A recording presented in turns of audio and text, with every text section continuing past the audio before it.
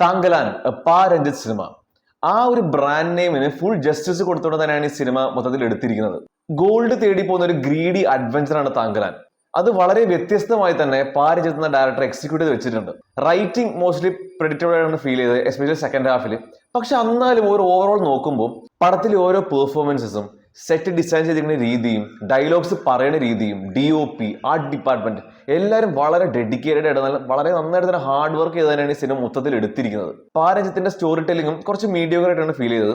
First half വളരെ interesting and engaging ആയിട്ട് തന്നെയാണ് കഥ പറഞ്ഞിരിക്കുന്നത് വിത്ത് ഇൻട്രസ്റ്റിംഗ് എലമെന്റ്സ്. പക്ഷേ സെക്കൻഡ് ഹാഫ് ആയപ്പോൾ മാളവിക മോഹനന്റെ ആരതി എന്ന ക്യാരക്ടർ കുറച്ച് കൂടുതൽ വന്നു തുടങ്ങും.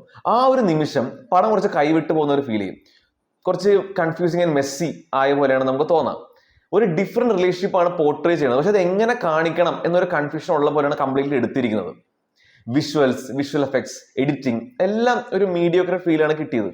പക്ഷെ എന്നാലും മൊത്തത്തിൽ പടത്തിന്റെ ആ ഒരു കംപ്ലീറ്റ് അറ്റ്മോസ്ഫിയർ, ലൊക്കേഷൻ, സെറ്റിംഗ് എല്ലാം ഭയങ്കര ഗംഭീരമായിട്ടാണ് എടുത്തു വെച്ചിരിക്കുന്നത്. അതുകൊണ്ട് പടം ബോറടിക്കില്ല. ഇപ്പൊ നമുക്ക് ഡൗൺ ആയി കുറെ മൊമെന്റ്സ് തോന്നുവാണെങ്കിൽ പോലും അത് സെക്കൻഡ് ഹാഫിൽ മാത്രമായിരിക്കും. ഇനി പെർഫോമൻസസ്, വിക്രം അടുത്ത കരിയർ ബെസ്റ്റ് പെർഫോമൻസ് തന്നെയാണ് കാഴ്ചവെച്ചിരിക്കുന്നത്. ഒരു രക്ഷയില്ലാത്ത അഭിനയമായിരുന്നു.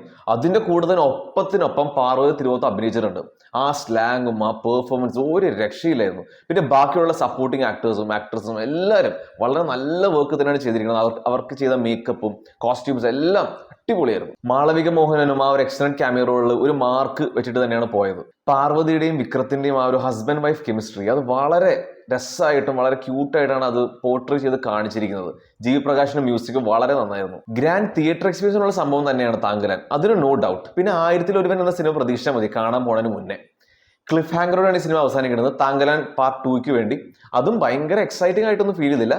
ഫസ്റ്റ് പാർട്ട് കണ്ടുകൊണ്ട് സെക്കൻഡ് പാർട്ടും ഒരു തിയേറ്ററിൽ വാച്ച് ആവുമെന്ന് പ്രതീക്ഷിക്കുന്നു.